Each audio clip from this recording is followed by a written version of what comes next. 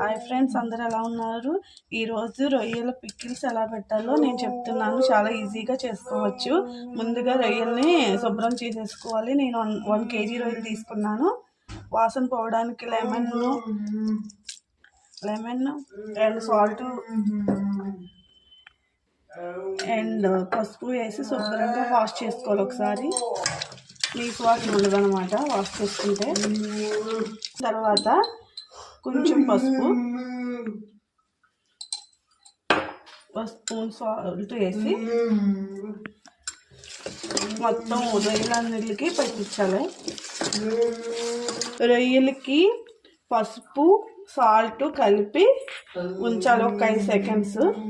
తర్వాత గ్యాస్ వెలిగించి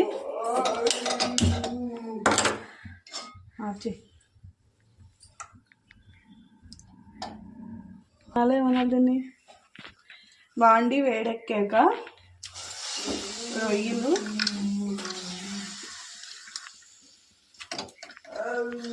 వేసి దాంట్లోంచి వాటర్ వస్తుంది. ఆ వాటర్ అంతా ఇంకిపోయేదాకా రొయ్యలు ఉంచాలి, అలాగా ఫ్రై చేయాలి.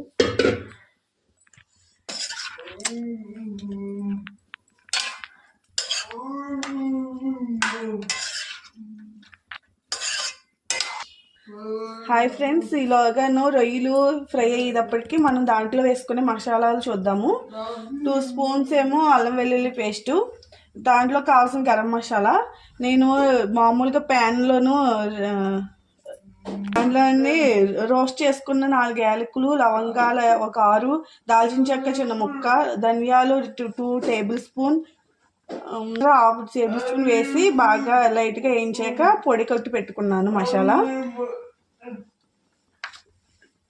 2 లెమన్స్, తగినంత సాల్ట్, కారం 1/2 కప్. ఇక చూడండి ఫ్రెండ్స్, ఇలా వాటర్ వచ్చేస్తుంది మనకి. ఇలాగా ఉప్పు పసుపు వేసి పెడితే ఈ వాటర్ అంతా ఇంకిపోవాలన్నమాట. రొయ్యలకన్నీ వాటర్ లేకుండా పీల్చుకున్న తర్వాత గ్యాస్ ఆఫ్ చేయాలి. చూడండి నీరంతా ఇంకిపోయింది రొయ్యల్లోకి. ఇలా అయ్యాక స్టవ్ ఆఫ్ చేసేసేయాలి. డీప్ ఫ్రైకి సరిపడా ఆయిల్ 1/2 kg ఆయిల్ దాకా పోసుకోవాలి. నూనె ఆయిల్ వేడెక్కిన తర్వాత రొయ్యలు ఇందాక మనం ఫ్రై చేసుకున్నాం కదా, ఆ రొయ్యలను ఒకసారి నూనెలో డీప్ ఫ్రై చేసుకోవాలి. ఇలాగ రొయ్యలు ఫ్రై చేయాలి. ఇలా ఫ్రై చేసాక కొంచెం గోల్డెన్ కలర్ వచ్చాక కట్టేయాలి. లేకపోతే ఎక్కువ వేగిందంటే ముక్క గట్టిగా ఉంటుంది, కొంచెం తక్కువ వేగించే క్రిస్పీగా ఉంటుంది. ఇలా గోల్డెన్ కలర్ వచ్చాక స్టవ్ ఆఫ్ చేయకుండా 2 టేబుల్ వెల్లుల్లి పేస్ట్ వేయాలి. వేసాక 5 సెకండ్స్ అలా తిప్పాలి.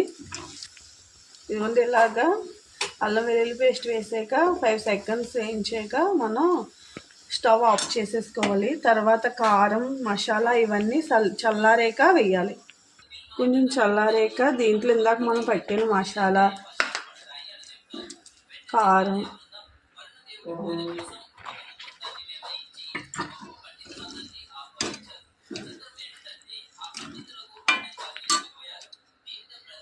తగినంత సాల్ట్ అయితే మళ్ళీ చూసుకుని వేసుకోవచ్చు. ఇలా కలిపేసుకున్న తర్వాత బాగా కలపాలి. ఇలా మనం పెట్టుకున్న పచ్చడి 3 months ఫ్రిడ్జ్లో స్టోర్ చేసుకుంటే నిల్వ ఉంటుంది. బయట ఉంటే 1 month ఉంటుంది. ఒకసారి మీరు కూడా ఇలా ట్రై చేసి చూడండి. ఎలా వచ్చిందో నాకు కామెంట్లో చెప్పండి.